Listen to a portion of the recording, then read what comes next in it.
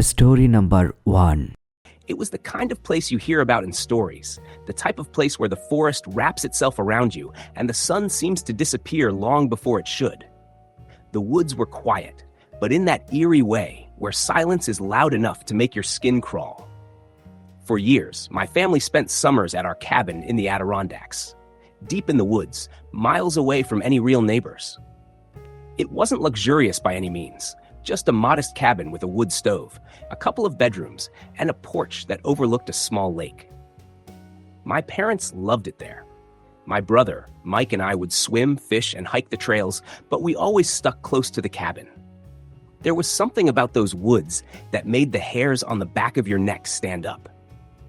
One summer, Mike and I decided to venture farther out than we ever had before. We had explored the nearby trails, the ones that were mapped and well-trodden, but there were places deeper into the woods, untouched, wild places we had never seen. Our parents warned us not to go too far, but the thrill of adventure was enough to get us going. So early one morning, we set off. We were about a mile from the cabin when the trees began to change. The forest around us went from typical pine and oak to something darker, older. The air smelled musty, like earth had been left undisturbed for centuries. The path was barely visible now, covered in thick underbrush and dense foliage. We joked about getting lost, but the truth was, it wasn't hard to feel a bit uneasy. The woods seemed to close in on us, the branches overhead blocking out the sunlight. We found a small stream that wound through the woods, its water clear but cold, and decided to follow it. We crossed over logs, climbed around rocks, and kept going further than we ever had before. The silence of the forest grew heavier. The birds were quieter, and the air felt still, like the entire forest was holding its breath. It was almost too quiet. Not a sound from any animals. No insects. Just an oppressive silence that made us both uneasy. Then we saw it. At first, it didn't register. It was just a small building, no bigger than a shed, half hidden by overgrown vines and trees. But it wasn't on any map, and it certainly wasn't on any of the trails we had seen before. The wood was rotting. Some parts of the roof caved in. It looked abandoned, forgotten by time. Mike, always the more curious of us, was the first to approach it. He pushed aside some of the vines, revealing a door that hung off its hinges. It creaked when he touched it, and that sound made me shiver. I didn't want to go inside. There was something wrong about that place, something I couldn't put my finger on. But Mike, already halfway inside, called for me to follow. So I did. The inside of the shack was dark and musty, the air thick with dust. There was nothing much inside, just old pieces of furniture, long forgotten and covered in cobwebs. But one thing stood out, a large wooden chest in the corner. It looked ancient, like something out of a fairy tale. Mike immediately moved toward it, grinning like he had just found treasure. "You open it," he said, nudging me. I hesitated, but curiosity won out. I crept over and pushed the lid open. Inside, the chest was empty, except for a small, weathered book. It looked old. Really old. The cover was cracked and faded, and the pages inside were yellow with age. I flipped it open, but it was written in a language I didn't recognize. The symbols on the page were strange, like nothing I had ever seen before. I turned to Mike, and he was already reading over my shoulder. "Whoever wrote this must have been a real freak," Mike said with a laugh. "Look at this. This stuff doesn't make any sense." I felt a chill run down my spine. There was something unsettling about the book. It wasn't just the language, it was the way the air seemed to shift as we read it. It wasn't the excitement of a treasure being uncovered. It felt like something was watching us. "Let's just take it back to the cabin," I said, trying to sound casual. "We'll show Mom and Dad." But Mike wouldn't hear it. He wanted to take the book with us, and I wasn't about to argue. We left the shack, took the book with us, and started back toward the cabin.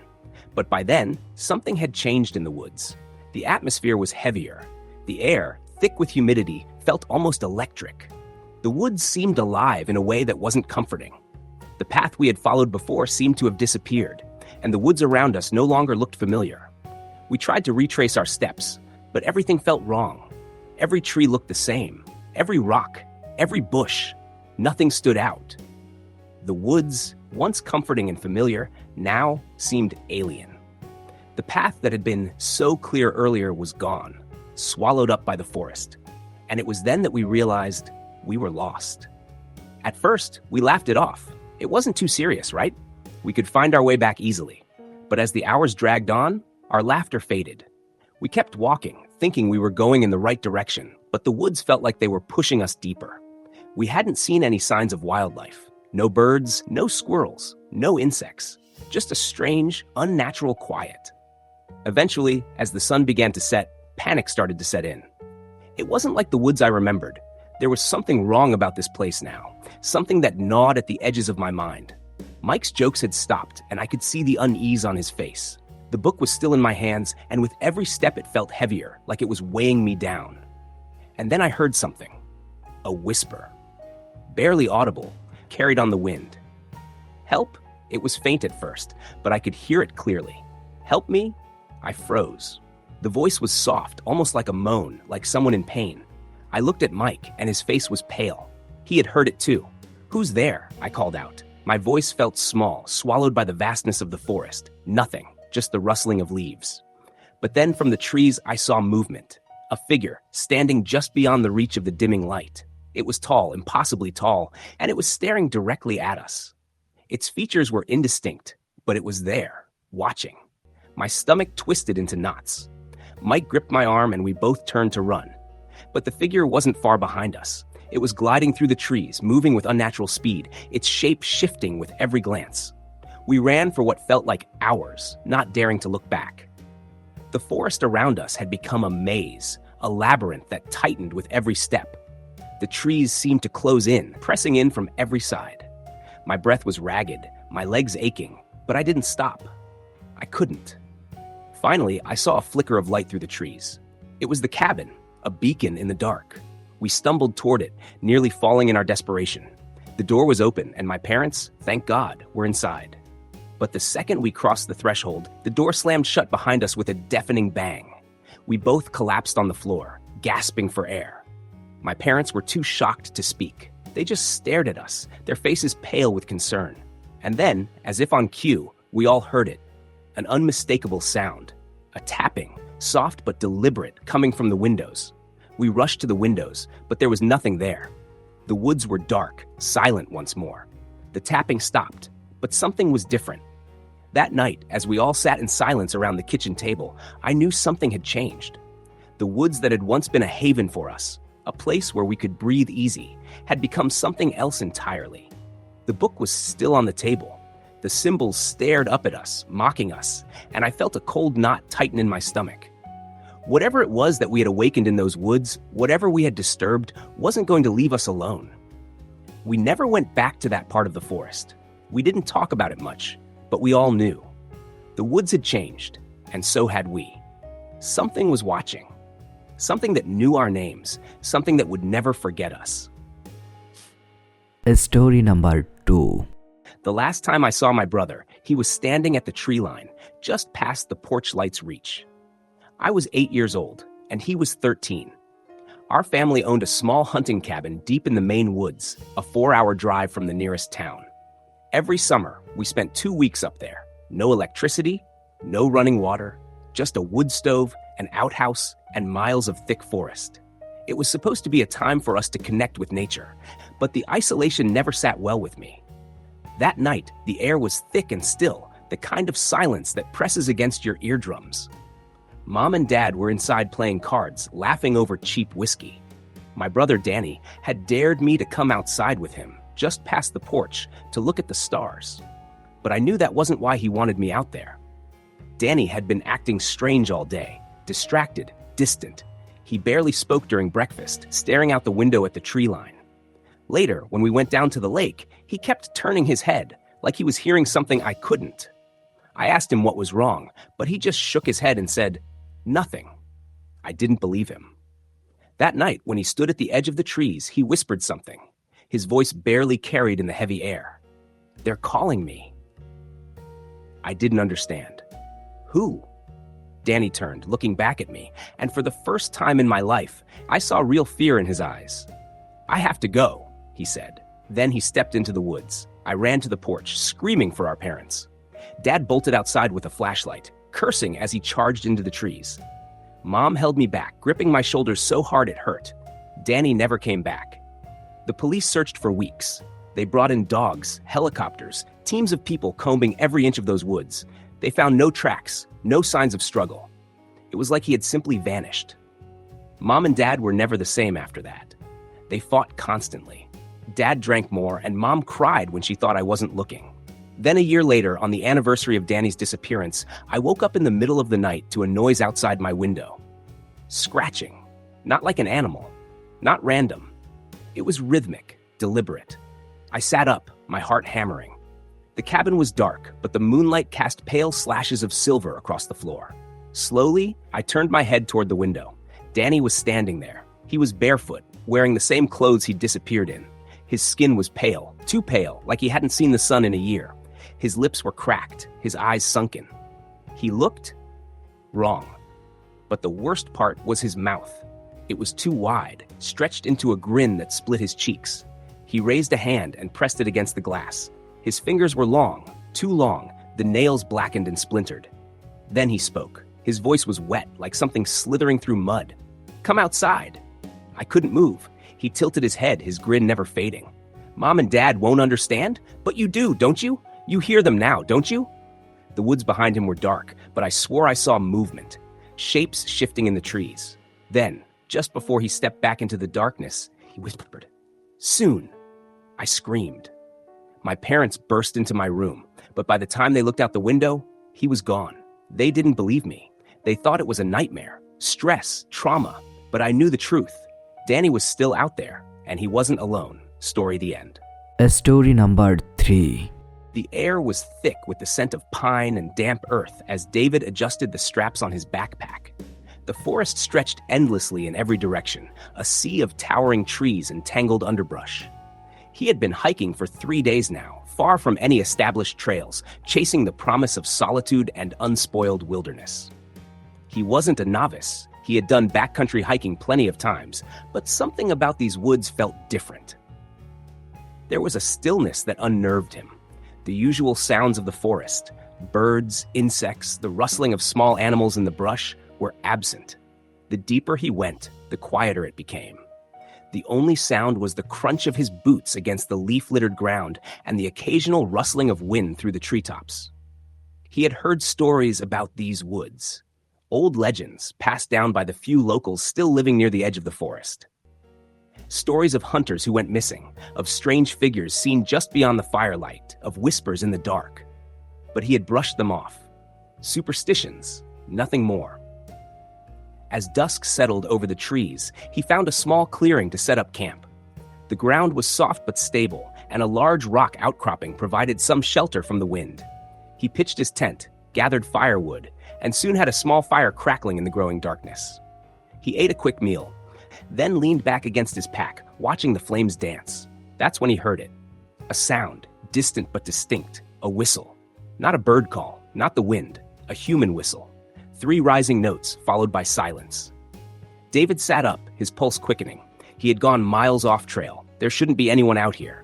He listened, holding his breath, straining his ears against the quiet. Then it came again. 3 notes, identical to the first. It sounded close, too close. His mind raced. It could be another hiker, but what were the chances? And why would they be whistling like that? It almost sounded deliberate, like a signal. He stood, moving to the edge of his camp, his flashlight cutting through the darkness. The trees loomed, their trunks black against the faint moonlight. He swept the beam back and forth. Nothing, just trees and shadows. Then, from deeper in the woods, another sound. Footsteps. Slow, careful. David felt a chill creep up his spine. He wasn't alone. "Hello," he called out. His voice sounded small, swallowed by the vastness of the forest. Silence. The fire popped behind him, making him jump. He turned quickly, scanning the tree line again. Nothing moved. Maybe he was imagining things. Maybe it was just paranoia from being alone in the deep woods. But as he settled back near the fire, he couldn't shake the feeling of being watched. Sleep didn't come easy. Every snap of a twig, every rustle of leaves set his nerves on edge. When exhaustion finally won, his dreams were restless, filled with shifting shadows and the echo of that eerie whistle. He woke suddenly, heart hammering in his chest. The fire had burned low, casting long, flickering shadows against the trees. For a moment, he wasn't sure what had woken him. Then he heard it. Breathing. Heavy. Just outside his tent. David didn't move, didn't even breathe.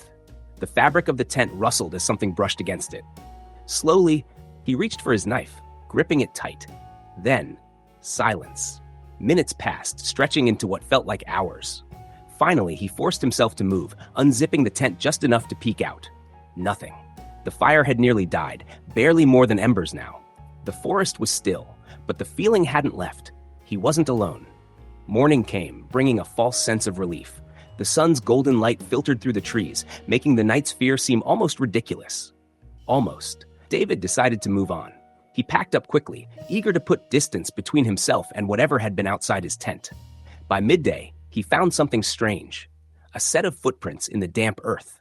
Not his. They were large, barefoot, the toes splayed unnaturally wide. He crouched, examining them. The prints were fresh. Someone or something had been following him. A prickling sensation crawled up his spine as he stood and pressed forward, moving faster now. He needed to get out of these woods. The day passed in a blur of cautious steps and quick glances over his shoulder. Every so often he swore he heard movement behind him, but every time he turned, there was nothing. Then, just as the sun began to dip below the horizon, he saw it. A figure, half hidden behind a tree, far down the trail. Tall, gaunt, motionless. David's breath caught in his throat. It wasn't a person. The proportions were wrong. Limbs too long, shoulders too narrow. Its skin was pale, almost gray in the fading light. It was watching him. Then, in one fluid motion, it stepped behind the tree and was gone. David ran. His lungs burned, his legs ached, but he didn't stop. He didn't look back. The forest blurred around him as he sprinted, dodging low branches, stumbling over roots. He had no idea where he was going, only that he had to get away. At some point, he tripped. He hit the ground hard, pain jolting through his arm. His flashlight tumbled away, its beam cutting wildly through the trees. He scrambled to grab it, sweeping the light frantically around him. Nothing. No figure. No footprints. Just the silent, empty woods. His breath came in ragged gasps as he forced himself up, his entire body trembling. He needed to keep moving. Night fell, but he didn't stop. He walked for hours, every shadow sending a fresh wave of panic through him. Then at the edge of his vision, movement. A shape. Not ahead of him. Beside him. Keeping pace. He could hear it now. The crunch of leaves, the snap of twigs. It was right there. He didn't turn. Didn't dare look. Then, that whistle. 3 rising notes, right next to his ear.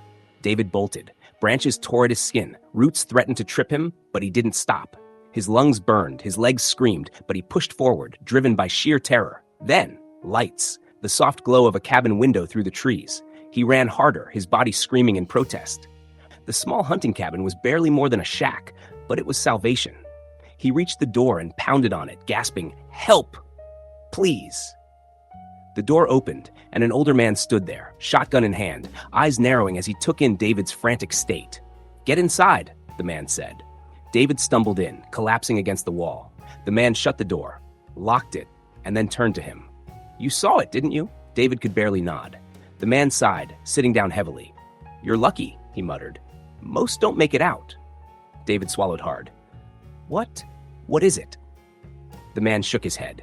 "No one knows. Some say it's always been here, a thing that wears the woods, moves through them like part of the trees."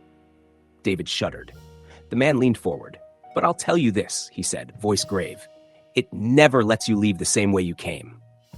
David didn't sleep that night. By morning, the old man led him down a narrow trail, one that hadn't been there before.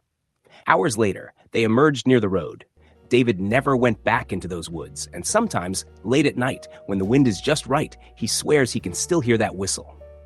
3 rising notes, calling him back. Story number 4. The first thing you learn when you live deep in the woods is that the forest is never truly silent. There's always something moving, always something watching. I grew up in a tiny town in northern Montana, the kind of place where everyone knows everyone. My family's property stretched for miles, surrounded by dense pines and rocky hills. Our nearest neighbor was a good 2 miles away, and once the sun went down, the world shrank to the glow of our porch light. I was 17 when it happened.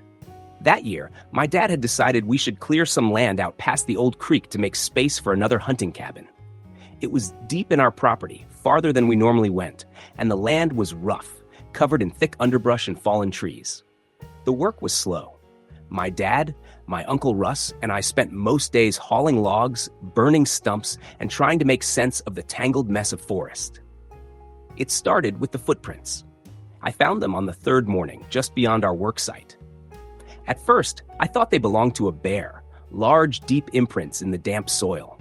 But the longer I looked, the more I realized they weren't quite right. The tracks were elongated, almost human, but with clawed tips where the toes should have been, and they were fresh. I called my dad over.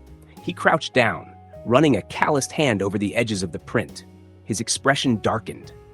"Mountain lion?" I asked, though I knew it wasn't. "No," he said, standing up, "but whatever it is, it's big." We decided to be more cautious after that. My dad brought his rifle to the site, and we made sure to pack up before sunset. But I could tell he was worried. I'd seen him track all sorts of animals over the years, deer, wolves, even bears, but I had never seen him rattled before. That night, I woke up to the sound of something tapping against my window.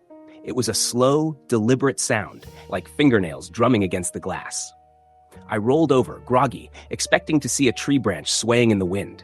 But there was no wind. The night was completely still, and then I saw them. 2 yellow eyes, glowing in the darkness just beyond the glass. I shot upright, my breath caught in my throat. The eyes didn't move, didn't blink. They just stared at me, filled with something that wasn't quite curiosity. It was hunger. I scrambled for the flashlight on my nightstand and clicked it on.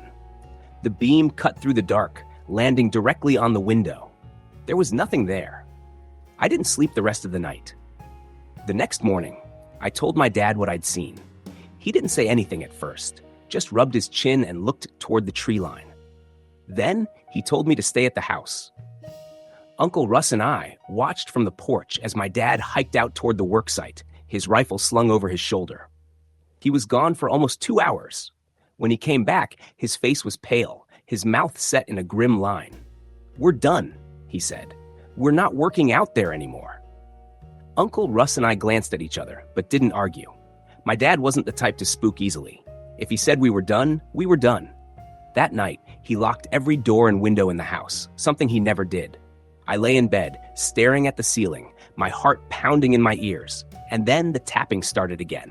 This time, it was louder, more insistent. I turned my head inch by inch, dreading what I would see. A figure stood outside my window. It was tall, too tall, its head nearly grazing the eaves of the house. Its skin was dark and stretched too tightly over its bones. Its mouth was too wide, its grin too sharp. But the worst part was its hands. Long, gnarled fingers, each tipped with jagged claws pressed against the glass. And then, in a voice that sounded like wind through dead leaves, it spoke. "Come outside." My blood ran cold.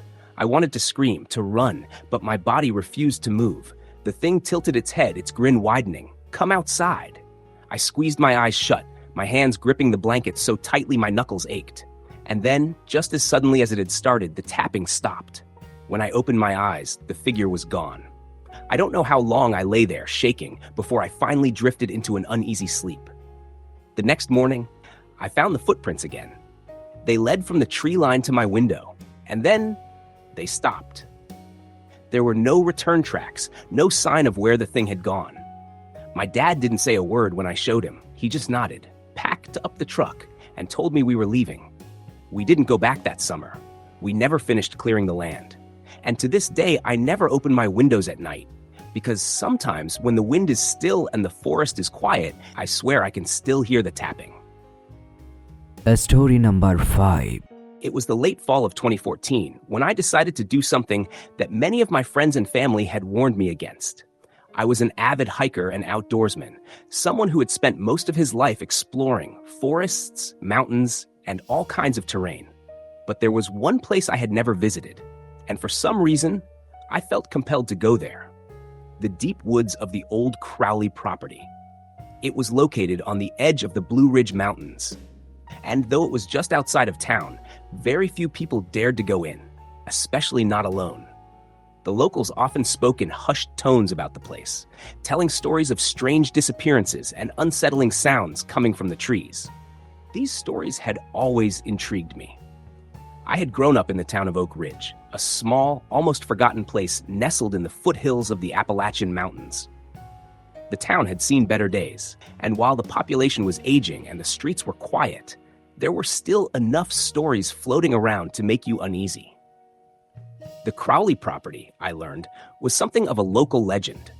It had once belonged to a reclusive family that lived there for generations, but they had mysteriously vanished nearly 30 years ago, leaving the house behind, locked up and abandoned. No one ever quite figured out what happened to them. For years, I had heard rumors about the place, stories of strange lights, eerie sounds, and people who wandered in but never returned. These tales were often dismissed as mere folklore, nothing more than superstition. But I was intrigued. I knew I had to go. The plan was simple. I would take a 2-day hike, stay overnight near the old Crowley house, and return the next day. It seemed like a good idea at the time. I wasn't new to solo hikes, and the thought of spending a night in the woods didn't bother me. If anything, it was just another adventure. But something about the Crowley property had always felt off, and as the time grew closer for my trip, I began to feel an increasing sense of unease. On the morning of my hike, I packed my gear: a sleeping bag, a tent, food for a couple of days, a flashlight, and a few other essentials. I made sure my phone was charged, though I knew I wouldn't get much signal once I got deep into the woods. I had a rough idea of where the Crowley property was, but the paths weren't well marked. It would be a bit of a challenge to find, but I was confident I could navigate my way. I started my hike around noon. The weather was perfect for it, cool, with a slight breeze and the sun shining through the trees. The deeper I went into the forest, the more the outside world seemed to disappear. The familiar sounds of traffic and human activity faded, replaced by the rustling of leaves, the calls of birds, and the occasional scurrying of small creatures in the underbrush. For the first hour, everything was calm and quiet. But then, as the trail became less distinct, the atmosphere started to change. The trees grew taller and more dense. The air became heavier, and the forest around me felt suffocating. The path I was following began to narrow, and the trees grew so thick that the sunlight barely reached the ground. It wasn't long before I had to use my flashlight to light the way. I hadn't expected this. The map I had brought didn't match the terrain, and the trail wasn't as clear as I'd hoped. At one point, I had to stop and check my bearings. The feeling of isolation was creeping in, and for the first time, I began to regret this trip. I could feel something watching me. I shook off the feeling, trying to convince myself it was just my imagination. I pressed on, making my way toward where I thought the Crowley property was. After another hour of hiking through thick brush and over uneven ground, I finally spotted something through the trees: a faint clearing.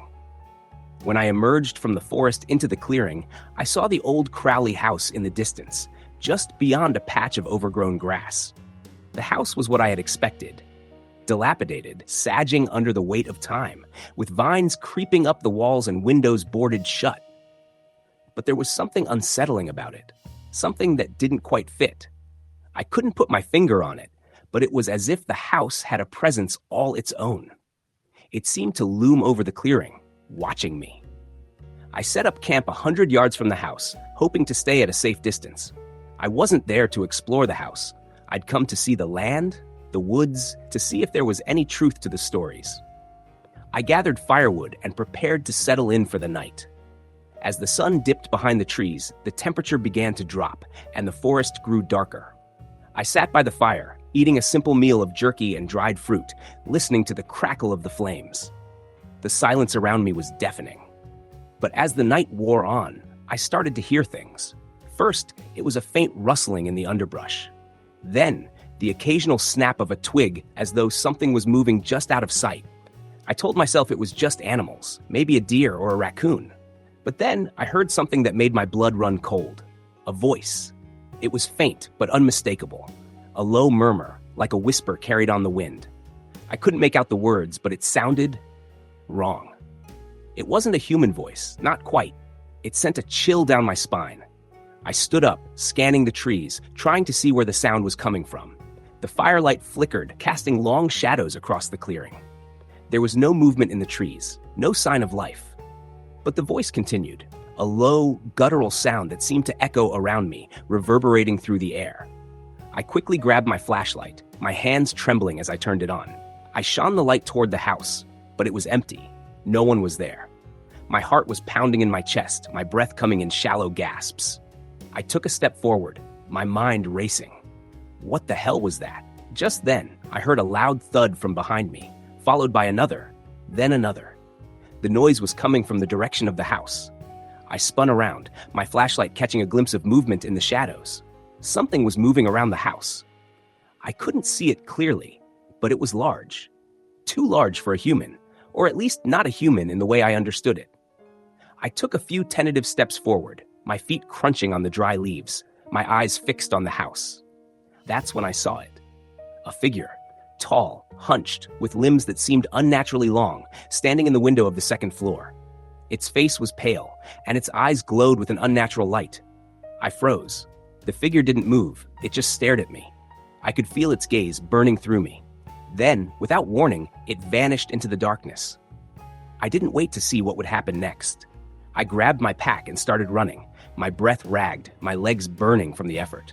I didn't dare look back, didn't dare stop until I was well out of the clearing and back on the trail. I didn't stop running until I reached the town. By then, it was nearly dawn and my body was exhausted, but my mind was racing. I didn't know what I had seen that night, but I knew one thing for sure: I would never go back to the Crowley property. The next day, I spoke to some of the older folks in town, asking about the place.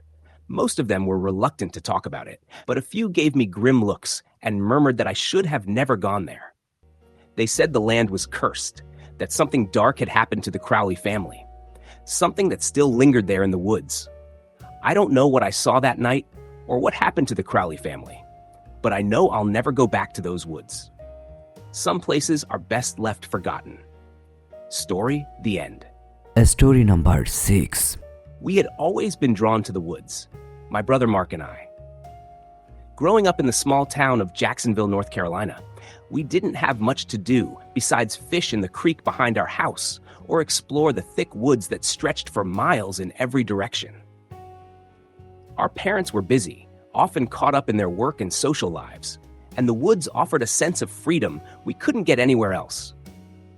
But as we got older, our visits to the woods became less frequent. It wasn't that we had lost interest, but other things like school, friends, and jobs took up most of our time. Still, there was one place in the woods that we both agreed held a strange kind of pull: the old, abandoned logging road. It had been years since it had been used, probably decades, and it was now overgrown with brambles and ivy, the wooden posts leaning and rotting with time. The road stretched far into the dense forest, disappearing beyond a bend where we had never dared venture.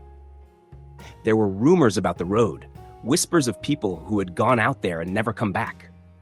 But these were just stories, right?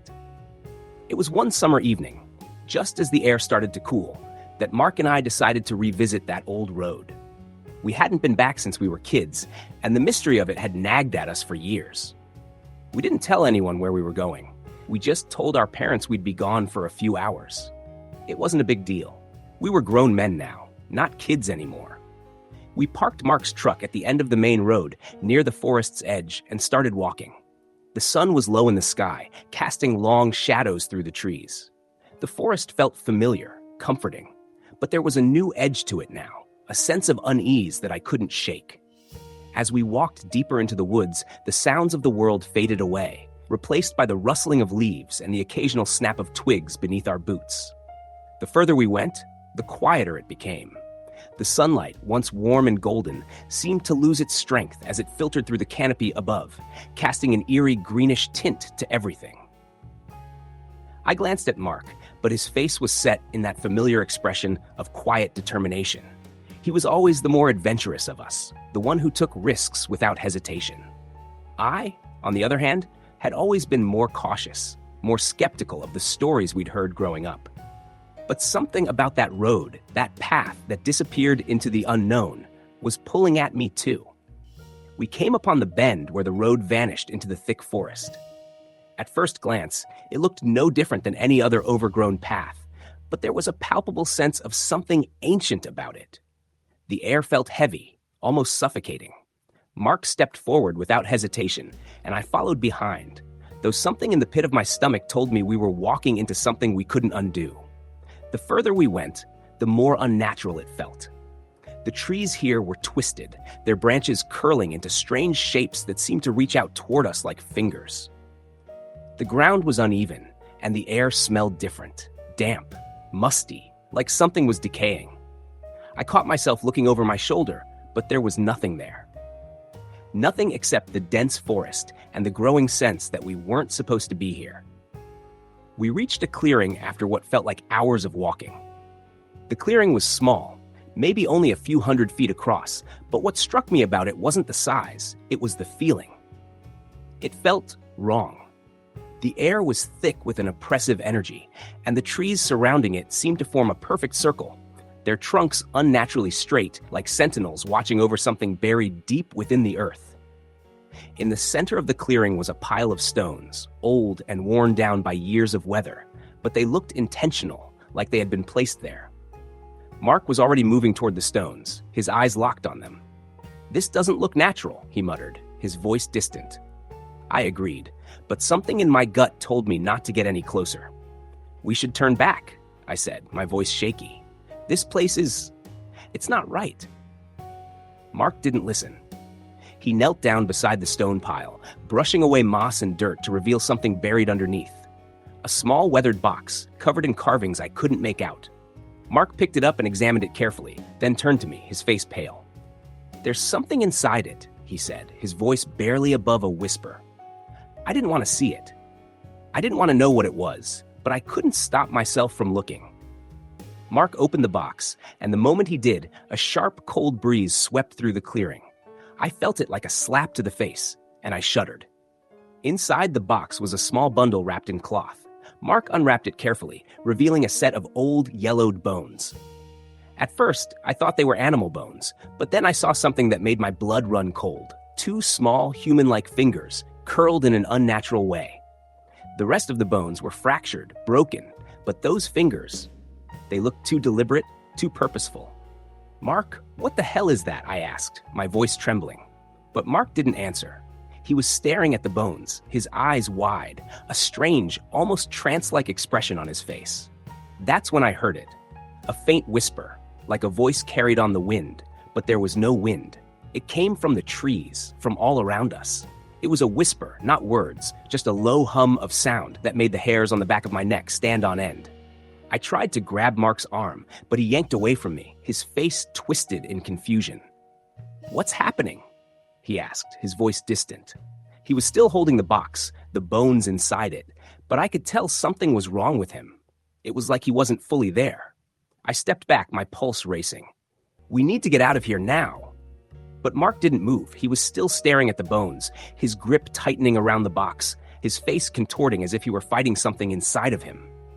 That's when the whispering grew louder, the sound swirling around us like 1,000 voices, overlapping, filling the air with a pressure I could feel in my chest. "Mark?"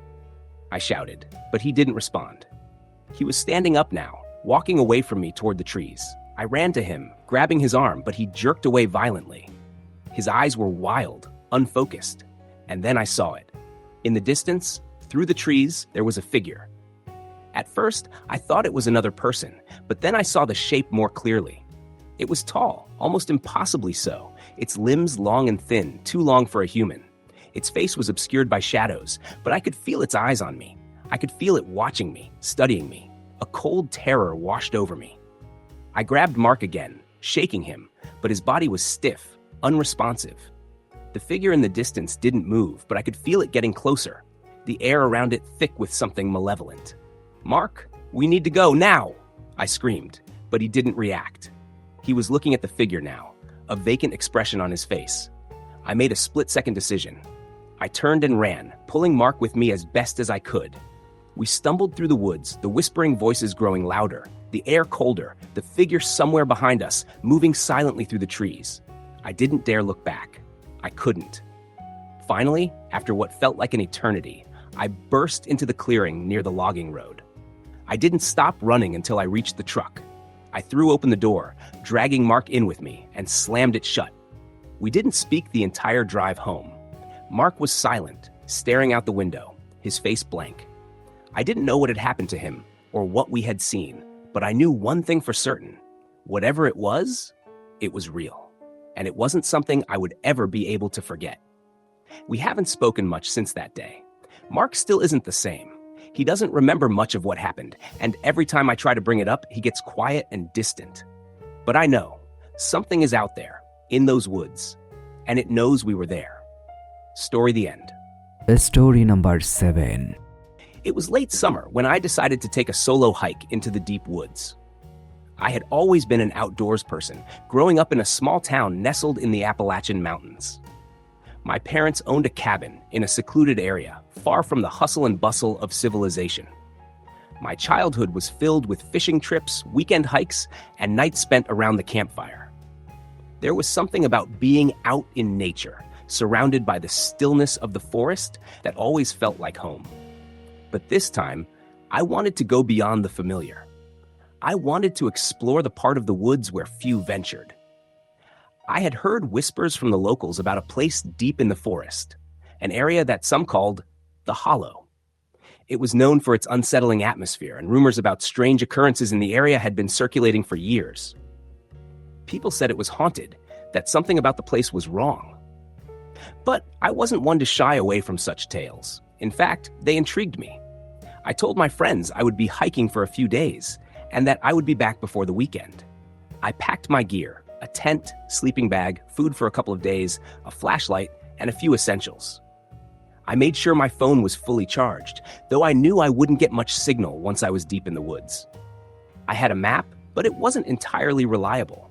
The trail to the Hollow was little more than a forgotten path, overgrown and hard to follow. I started my hike early in the morning, the sun barely rising as I made my way out of the cabin. The air was crisp, the scent of pine and fresh earth filling my lungs. The trail was familiar at first, leading me along the stream that ran through the woods, a place I had visited many times before. But the deeper I went, the more isolated it became. The forest grew denser, the trees taller and older, their trunks gnarled and twisted. The path began to fade, and soon I found myself bushwhacking through thick undergrowth. By midday, I had left the well-trodden paths behind and was fully into the heart of the wilderness. The Hollow was still a few miles away, but I could feel the difference in the air. The forest felt heavier, almost oppressive. The sounds of birds and wildlife had started to fade, replaced by a strange silence. The only sounds were the crunch of my boots against the forest floor and the occasional rustle of the wind through the trees. As I continued on, I noticed something odd. The trees around me seemed to grow closer together, their branches intertwining above my head, blocking out much of the sunlight. It was like I had stepped into a tunnel of green, a passageway that seemed to stretch on forever. The further I went, the more I felt a sense of being watched, as though the forest itself were alive, aware of my presence. By late afternoon, I reached a clearing, and there it was, the Hollow. It wasn't much to look at, just a small patch of land surrounded by dense trees. But there was something about the place that made my skin crawl. The air was thick with an unnatural stillness, and the silence was so complete that even my breathing felt loud.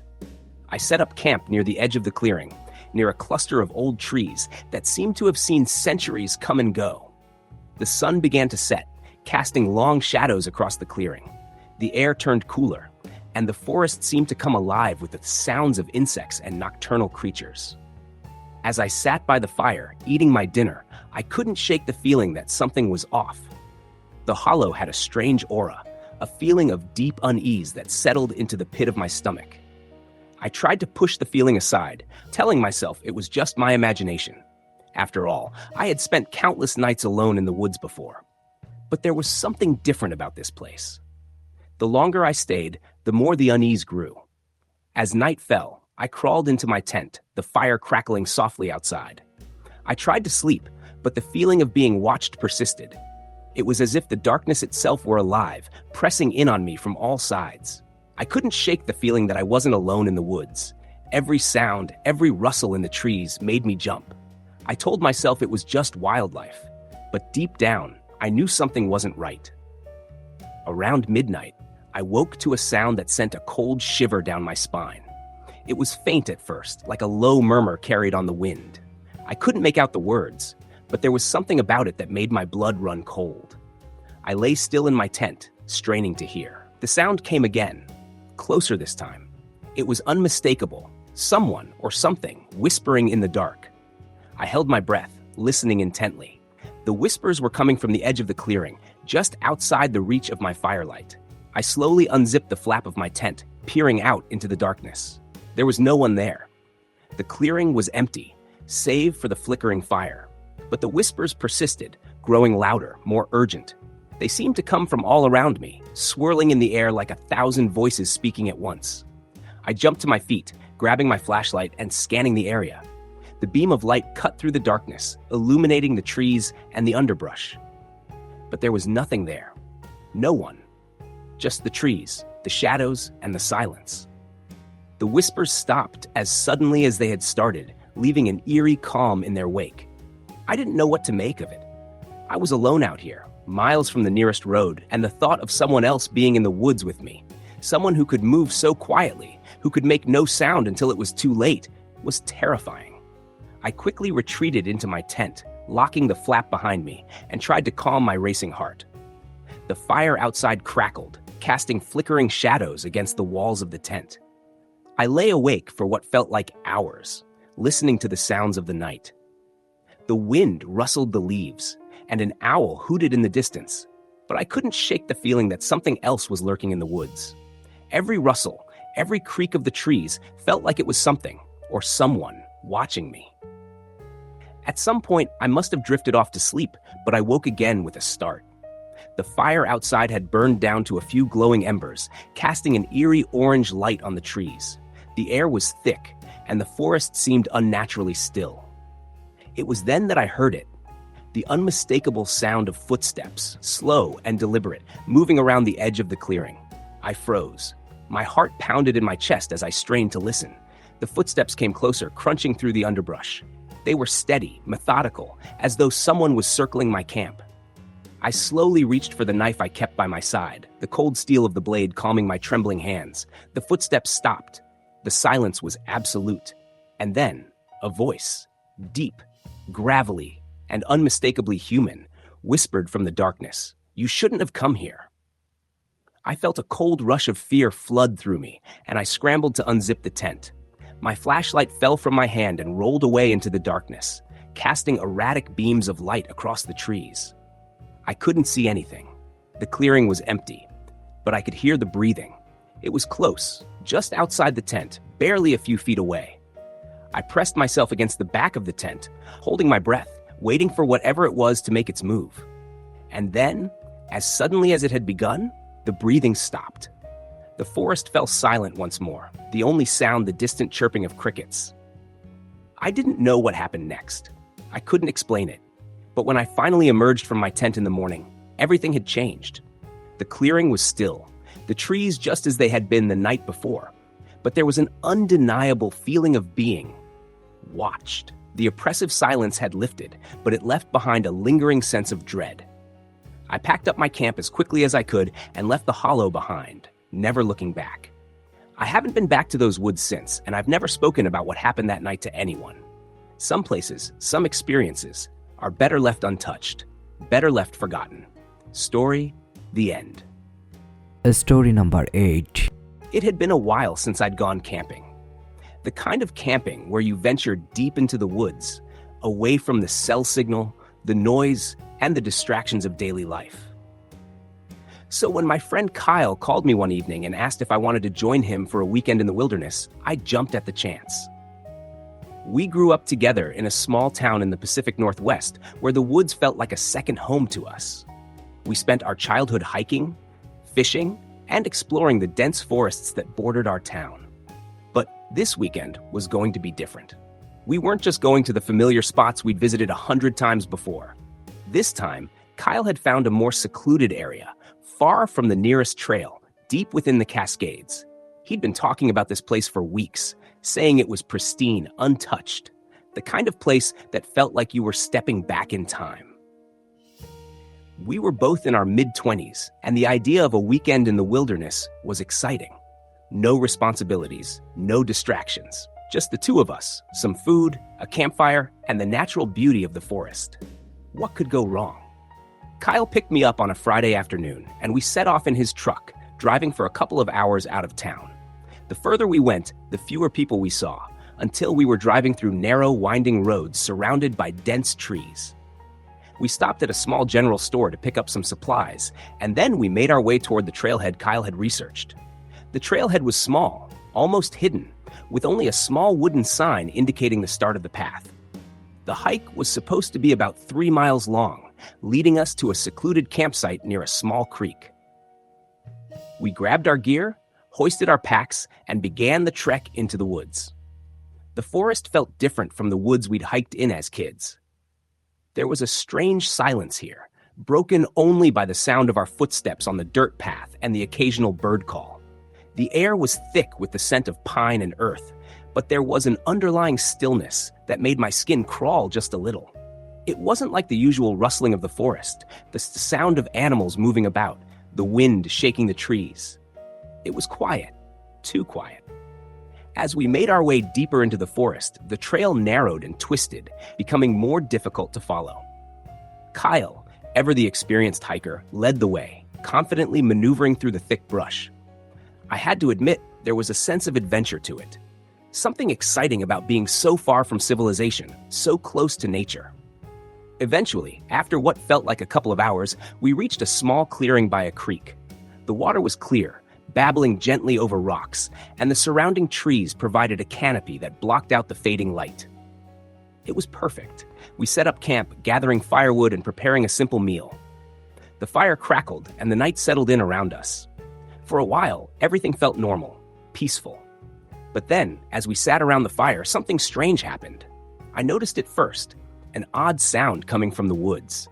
It was faint at first, barely noticeable, but as time passed, it became more distinct. A low rustling, as if something was moving through the underbrush. It wasn't the wind. It was too rhythmic, too deliberate. I looked over at Kyle, who had also heard it by now. His eyes flicked to the dark forest surrounding our campsite, and I could see the unease in his expression. "What the hell is that?" I asked quietly. Kyle shrugged, but I could see the tension in his shoulders. Probably just some animals, maybe a deer or something. But even as he said it, I could tell he wasn't convinced. The noise was growing louder, closer. It sounded like something or someone was walking through the trees, deliberately staying just out of sight.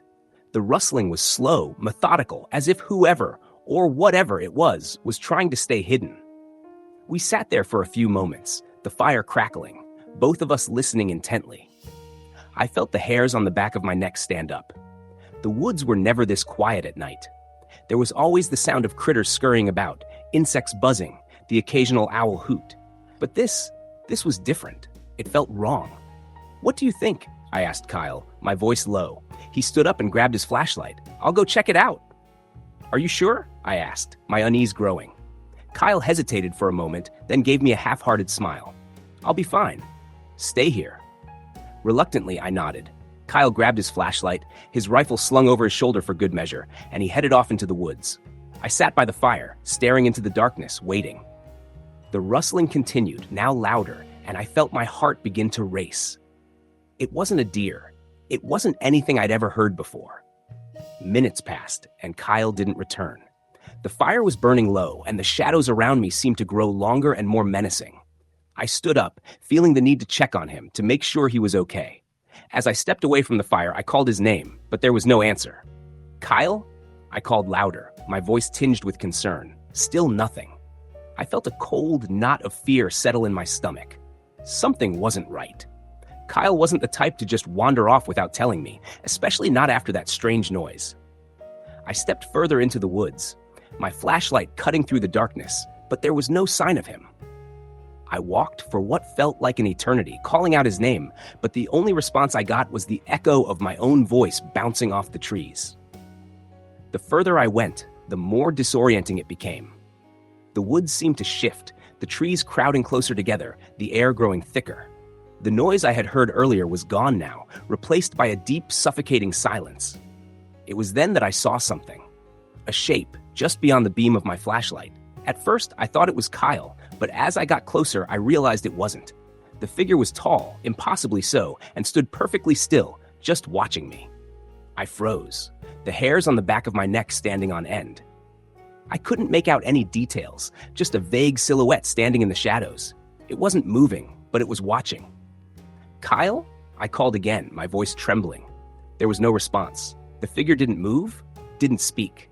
It just stood there. I took a step back, but my foot caught on a tree root and I stumbled. The flashlight flickered, and in that brief moment of darkness, the figure was gone. I spun around, my heart racing, but I couldn't see it anymore.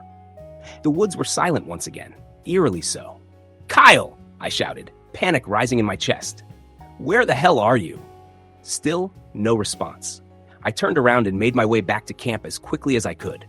When I got there, the fire was nearly out, and my tent was in disarray. My backpack was overturned, and my sleeping bag was nowhere to be found. Panic surged through me. It was like Kyle had never been there at all. I grabbed my gear, threw it in the truck, and sped out of there as fast as I could. The woods were thick, the trail barely visible in the darkness, but I didn't care. I couldn't get out fast enough. As I drove, my headlights cutting through the forest, I thought I saw something moving in the trees. It was too quick for me to make out, but I swore I saw a figure standing at the edge of the woods, watching me drive away.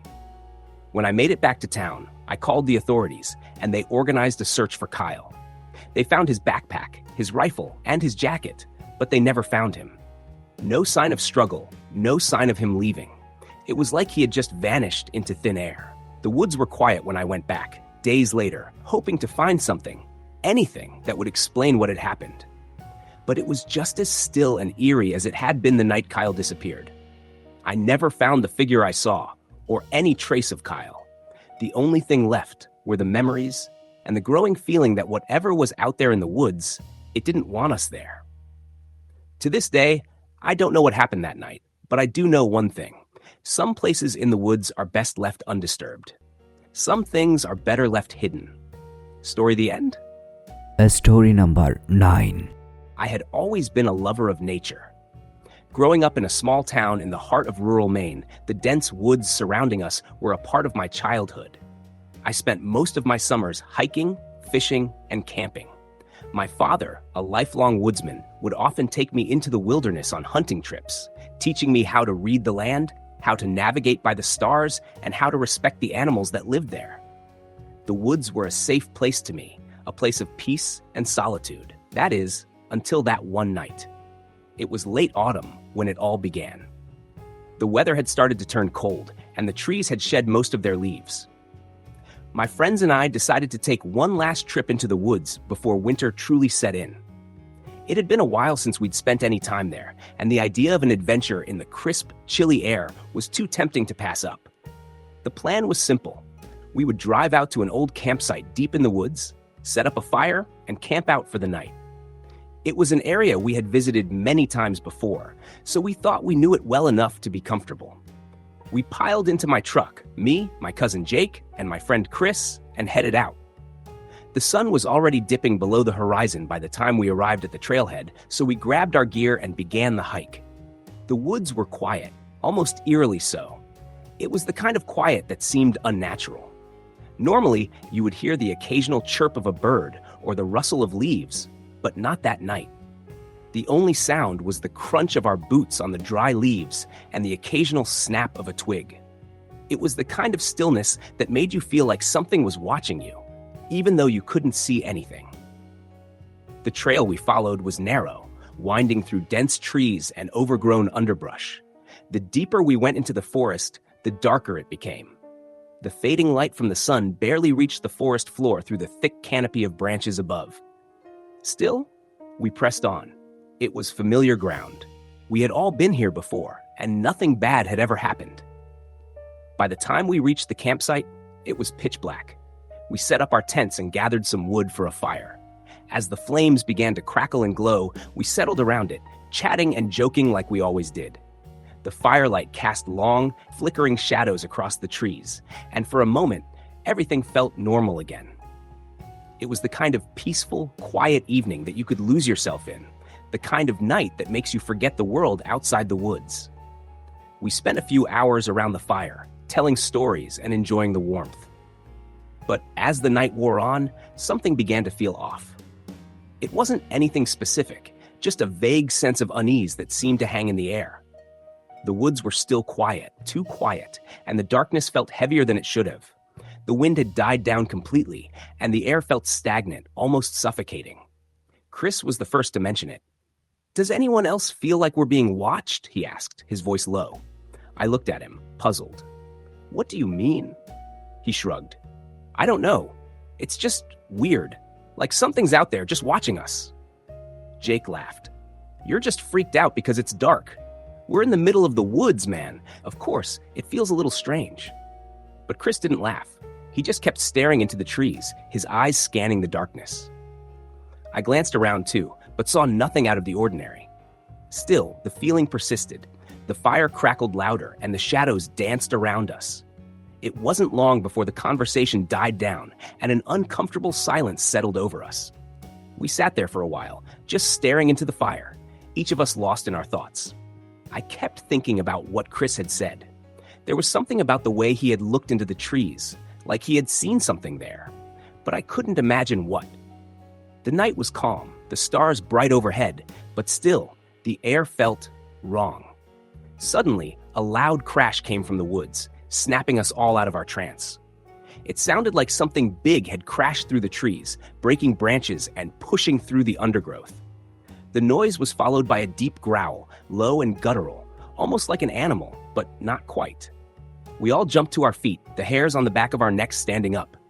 For a moment, none of us spoke. We just stared into the darkness, waiting, listening for any sign of movement. "What the hell was that?" Jake asked, his voice shaky. "I don't know," I replied, but I had a bad feeling in my stomach. The growl hadn't sounded like anything I had heard before. It was too deep, too unnatural. I reached for the flashlight I had stashed in my pack and turned it on, aiming it toward the edge of the campsite.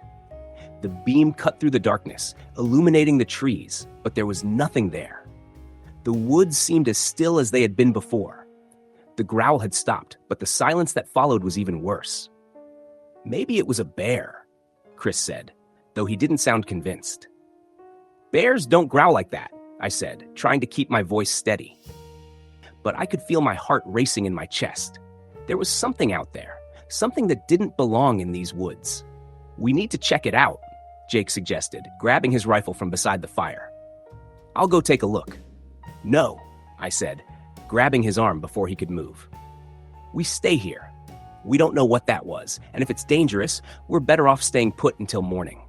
Jake looked at me, clearly irritated, but he didn't argue. Instead, we all sat in silence for a while longer, the feeling of being watched growing stronger with each passing minute. We kept the fire going, but it didn't feel as comforting as it had before. The shadows seemed to stretch longer, and the air felt colder. Finally, after what seemed like hours, we heard it again. A rustling in the trees.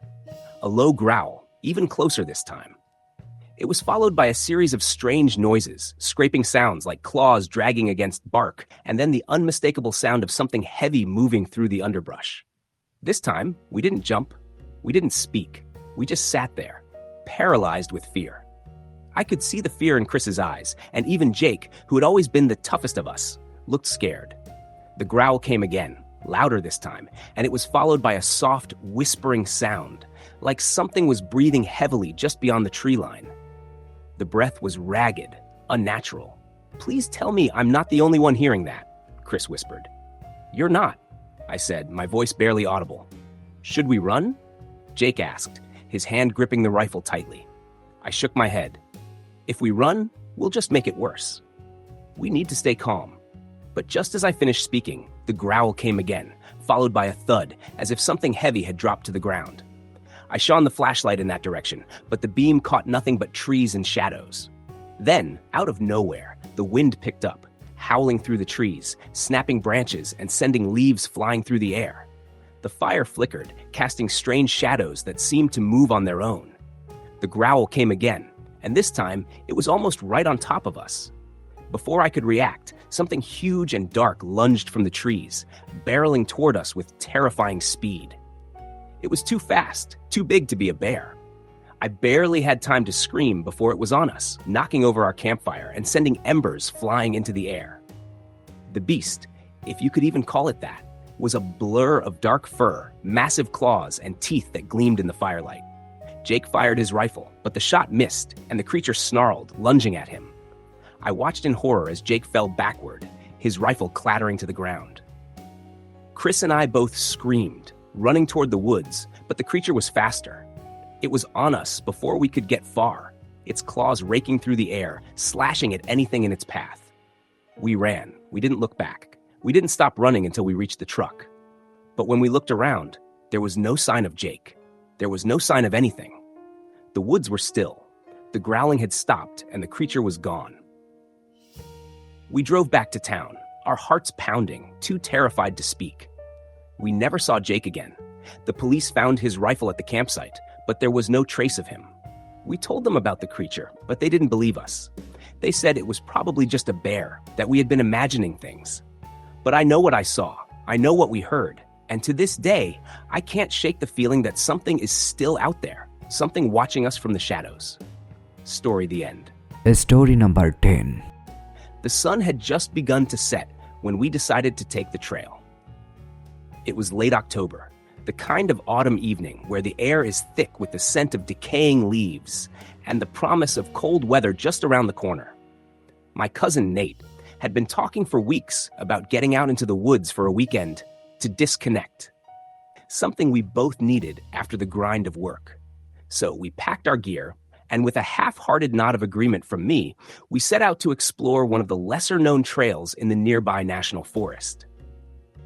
I'm not much of a hiker. Not that I dislike it, but it's always felt like more effort than it's worth. Nate, on the other hand, loved the outdoors. He had an almost romantic relationship with the wilderness, always talking about the freedom it brought. And I guess I wanted to understand that part of him, so I agreed to go along. It wasn't a long hike, only about 5 miles or so to a secluded lake, known for its eerie stillness and its perfect reflection of the trees. At first, everything was fine. The trail was well marked, the ground solid beneath our boots, and the trees stood tall and imposing but familiar.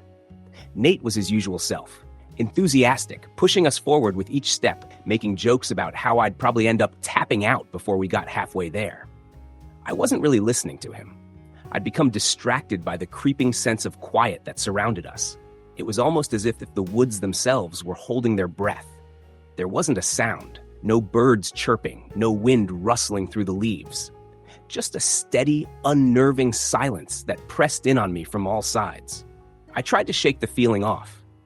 It was just my imagination, I told myself. After all, it was getting later, and the world has a way of going silent when the day transitions to night. I caught up to Nate, who had paused to adjust his backpack. His eyes were scanning the trees, as if something had caught his attention. "Hey, you all right?" I asked, forcing a casual tone. He turned to me, grinning like he always did, but there was something in his eyes that I couldn't place. "Yeah, just thought I saw something moving over there," he said, nodding toward the thickest part of the forest, where the trees grew close together. I glanced in the direction he was pointing, but saw nothing. Just more trees, their branches tangled together in a confusing mess. "Probably just a deer or something," I said, waving it off. "You're always seeing things." "Yeah, maybe," he said, a little too quickly. He slung his pack over his shoulder and continued walking, but his pace had quickened slightly. We walked for what felt like hours. With every step, the trail seemed to grow darker, the shadows growing longer. The sun had finally disappeared, leaving the woods to be swallowed by twilight. There was no moon tonight, just the thick darkness of the forest. "Look," Nate said, pointing ahead. "There's the lake." At last, we arrived. The clearing where the lake was located was wide and open, surrounded by thick, towering pines. The water was calm, but it held an odd quality, black as ink, almost like it absorbed the light around it. There was something about it that felt wrong, but I couldn't place what. The mist from the water rose gently into the air, wrapping around the trees like ghostly tendrils. Nate grinned, clearly pleased with himself. "Told you this place was cool, right?" "Yeah," I muttered, feeling the hairs on the back of my neck stand up. "It's something." We set up camp quickly, gathering firewood and putting up our tents. Despite the unsettling feeling that kept creeping up my spine, I didn't say anything. We were here now, and I didn't want to look like a coward. Plus, there was no real reason to be scared. It was just the woods, nothing to worry about. That night, as we sat by the fire, the sense of isolation really started to hit me. It was so quiet, the kind of quiet where you feel like the world is pressing in on you, where every little noise feels amplified, every shadow feels like it's watching you. Nate, ever the optimist, seemed to be at peace with it, chatting away about something to do with hiking trails he wanted to do next year. But I couldn't shake the feeling that we weren't alone out there. I kept glancing around the edge of the camp, half expecting to see something moving in the shadows. The wind had picked up, making the flames of the fire flicker and dance, casting eerie shadows around the clearing. It wasn't just the trees moving, it felt like something was moving just out of view, something that didn't belong. Nate caught me looking around, his expression changing. "What's up with you? You've been acting strange all evening." "I don't know," I admitted, trying to sound more casual than I felt. "It just feels off, like we're being watched." Nate laughed, a little too loudly. "You're just spooked, man. It's the woods. You've been living in the city too long." But the laugh didn't reach his eyes. His gaze darted to the trees, then quickly back to the fire. I tried to ignore the feeling and go to sleep, but it was impossible. The wind outside was picking up, pushing against the walls of the tent. Every now and then, I'd hear a twig snap just outside, or a distant rustling in the underbrush. Each time, I'd hold my breath, waiting for the sound to stop, but it never did. Around midnight, I couldn't take it anymore. I grabbed my flashlight and slipped out of the tent. I told myself it was just to check on the campfire, to make sure it hadn't gone out, but in truth, I needed to get some air. I needed to be away from the soundless pressure of the trees. The moment I stepped outside, I felt it again, the silence. It was deeper now, more profound, as though the woods had become a void. My flashlight beam cut through the darkness, but the trees around me were so thick that it barely made a dent in the blackness. I shivered, the temperature having dropped sharply since sundown. The crackling of the fire seemed miles away, and I felt very small standing there in the dark. That's when I heard it. Oh, a low growl, faint at first like the sound of distant thunder. But it was coming from the woods. It was unmistakable, like a low guttural growl, followed by the snapping of branches. I froze. The noise was moving, and fast. It wasn't an animal, I knew that. There was a rhythm to it, something deliberate in the way it moved through the trees. I turned quickly, running back toward the campsite. My breath was coming in ragged bursts, and I could feel my heart pounding in my chest as I slammed the tent flap open. "Nate!" I shouted, my voice breaking through the silence. "We need to go. Now!" Nate was already awake, his eyes wide with confusion and fear. He didn't say anything at first, just looked at me, probably trying to decide if I was joking. But then, the growl came again, louder this time, closer. I could see the fear flicker in Nate's eyes, and for the first time, I noticed how pale he had become. He grabbed his pack, and we both rushed out of the tent, heading toward the clearing. The noise was closer now, almost like it was circling us. We didn't stop running. We didn't even look back. The only sound was our breathing, ragged and desperate, until suddenly, we broke through the trees and into the open, where the light of the fire was still glowing faintly. We made it back to the car as quickly as we could, but neither of us said anything. The growls faded into the distance, but they didn't disappear. I could still hear them, somewhere deep in the woods, following us. We drove for hours, not speaking, not looking at each other. By the time we reached the nearest town, the first light of dawn was breaking over the horizon. I glanced at Nate, but he was staring out the window, his face pale.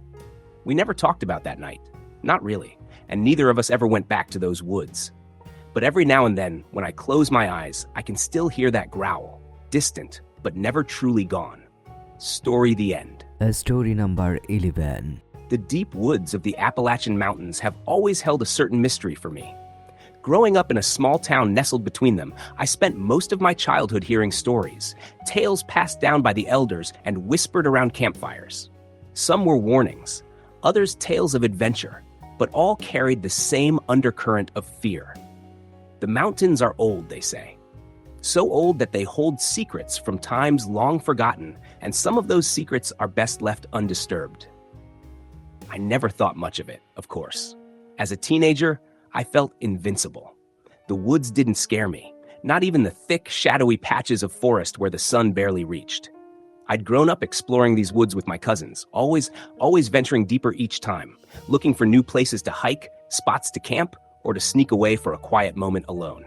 It wasn't until my first solo hike into the woods that I started to think there might be something more to those stories than I had ever realized. I had just turned 20, and after a few months of stressful work and city life, I decided to take a weekend off and head into the mountains alone. It had been a while since I'd done any real hiking, and I was looking forward to the peace and quiet, away from everything. The trail I picked wasn't a particularly popular one. It was a lesser-known path, tucked away on the far side of the mountain range, where few ever ventured. I knew it well enough from childhood adventures, but this would be my first time tackling it solo. There was a small, serene lake about 5 miles in that I'd always wanted to visit, perfect for a weekend getaway. The first day was easy enough. The trail was marked clearly, and though the woods around me were dense, it was still bright and cheerful with the sounds of birds and the rustle of small animals in the underbrush. I made good time, setting up camp near the lake just before dusk. The water, smooth as glass, reflected the towering trees on the far shore. It was beautiful, peaceful. I couldn't think of a better place to be. I spent the night by the fire, eating simple camp food and reading. The sounds of the forest crept closer as the evening wore on. By the time the fire died down, the forest was quiet, still, save for the occasional snap of a twig from some nocturnal creature. The stars above were brilliant in the absence of city lights, and for a moment I let myself relax, feeling the weight of the world slip away. But then came the first strange sound. It wasn't the typical night noises of the forest, the rustling leaves or the calls of distant owls. No, this was something different. Something deliberate. It was a low, rhythmic thumping. Not loud, but distinct enough that it made me sit up straighter in my chair. At first, I tried to ignore it, telling myself it was just an animal. Maybe a bear or a deer, something large enough to make a noise in the underbrush. But the thumping persisted, and it wasn't coming from the direction I would expect. It was coming from the opposite side of the lake, far beyond the trees, where the terrain grew steep and wild. I stood up slowly, listening, my heart starting to race. The noise wasn't just occasional anymore. It was rhythmic, consistent, almost like someone walking heavily or knocking on something large, almost like a distant drumbeat. I couldn't place it. I grabbed my flashlight, my mind racing through the possibilities. Maybe someone else was out here? It was unlikely, but not impossible. The thought made me feel uneasy, but I reasoned that it could just be a coincidence. Perhaps I was just spooked from the isolation, from being so far removed from the world I knew. I decided to investigate. I grabbed my pack and moved toward the edge of the lake, where the thumping seemed to grow louder. As I neared the far side, the noise abruptly stopped. Everything was still again. I stood there for a few moments, scanning the darkness, trying to make sense of it, but nothing stirred. The lake lay undisturbed, reflecting only the pale light of the moon. The quiet stretched on, thick and heavy, until my mind began to wander. I shook my head, telling myself it was nothing more than the wind playing tricks on me. I returned to camp, trying to shake off the strange feeling that had settled in my chest. That night, sleep didn't come easily. I kept hearing faint noises in the distance, rustlings, snaps of branches, the occasional sound of something moving through the underbrush. But every time I reached for the flashlight or peeked outside, there was nothing. Just the forest, dark and silent. The next morning, I packed up and decided to hike back, my nerves fraying just a little. It was still early, and the sun was just beginning to filter through the trees, casting long shadows across the trail. The day felt different. The air felt heavier, colder. It wasn't as welcoming as it had been the day before. I began to walk back along the path I had come in on, but I noticed something strange almost immediately. There were no signs of life. No birds, no small animals scurrying through the underbrush. The woods were unnervingly still, the kind of silence that presses on your ears and makes the hairs on the back of your neck stand up. I could hear the sound of my boots on the dirt trail, but that was it. The woods had fallen completely silent. I stopped a few times, taking in the environment around me. It was as though everything had stopped moving, like I was the only living creature left. There was something about the stillness that felt wrong, like the forest was holding its breath, waiting for something to happen. It was then that I noticed it. A set of footprints in the mud. At first, I thought it was just my mind playing tricks on me. But as I got closer, I could see that they were fresh, clear, deep imprints in the wet ground, leading off the main trail and into the dense woods. They were large, too large to be a deer or any animal I knew of. The size of the prints alone made my blood run cold, but what unsettled me even more was the fact that they seemed to be headed in the direction of the lake, the very place I had camped. I stood there for a moment, my heart racing in my chest. Whoever or whatever had made those prints was close. I could feel it, a sense of being watched, something lurking just out of view. I hesitated for a long time, trying to decide what to do. The idea of turning around and hiking back to my car crossed my mind, but I couldn't shake the pull to follow the tracks. Something in my gut told me I needed to know. So against every ounce of common sense in me, I followed the footprints deeper into the forest. The further I went, the darker the woods became. The trees seemed to close in around me, their trunks thick with moss and their branches twisted and knotted. It was a place I had never ventured before. A place that felt wrong. And the silence, so complete, so absolute, it felt suffocating. The tracks led me to the base of a small hill, where the trees had thinned out, revealing a small clearing. And there, in the center, I saw something that made my blood freeze. A figure. At first, I thought it was just a trick of the light, but as I took a step forward, I realized it wasn't. The figure was tall, unnaturally tall, standing at least 8 feet high. It was humanoid in shape, but its skin was pale and almost translucent, like the flesh of a corpse. Its arms were long, unnaturally so, hanging at its sides, and it was staring directly at me. I froze, every muscle in my body locking up. I couldn't move, couldn't speak. My mind was screaming at me to turn around, to run, but I couldn't. The figure didn't move, it just stood there, watching. I don't know how long I stood there, locked in place, but eventually something in me snapped. My fight or flight instinct kicked in, and I bolted. I turned and ran without looking back, my heart pounding in my chest, the sound of my footsteps pounding in my ears. I didn't stop running until I reached the edge of the forest, my legs burning from the exertion. When I finally stumbled back onto the main trail, I collapsed, gasping for air. The woods had returned to their unnatural silence. But I knew then, whatever I had seen out there, it wasn't human. I never spoke of it to anyone. I never returned to that part of the forest again. And to this day, I don't know exactly what I encountered out there. But I do know this. The deep woods hold secrets, and some of them are better left undisturbed. Story: the end.